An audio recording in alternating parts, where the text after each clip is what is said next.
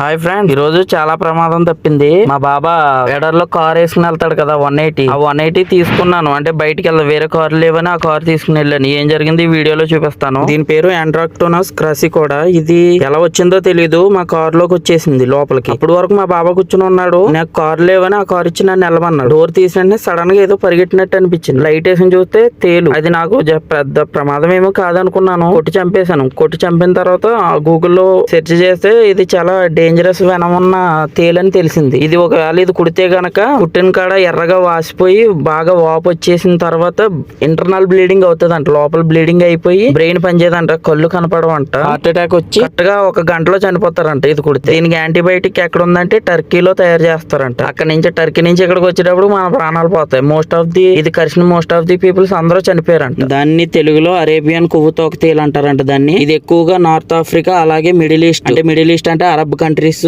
కి సంబంధించిన కంట్రీస్ లో ఎక్కువగా ఉంటాయంట.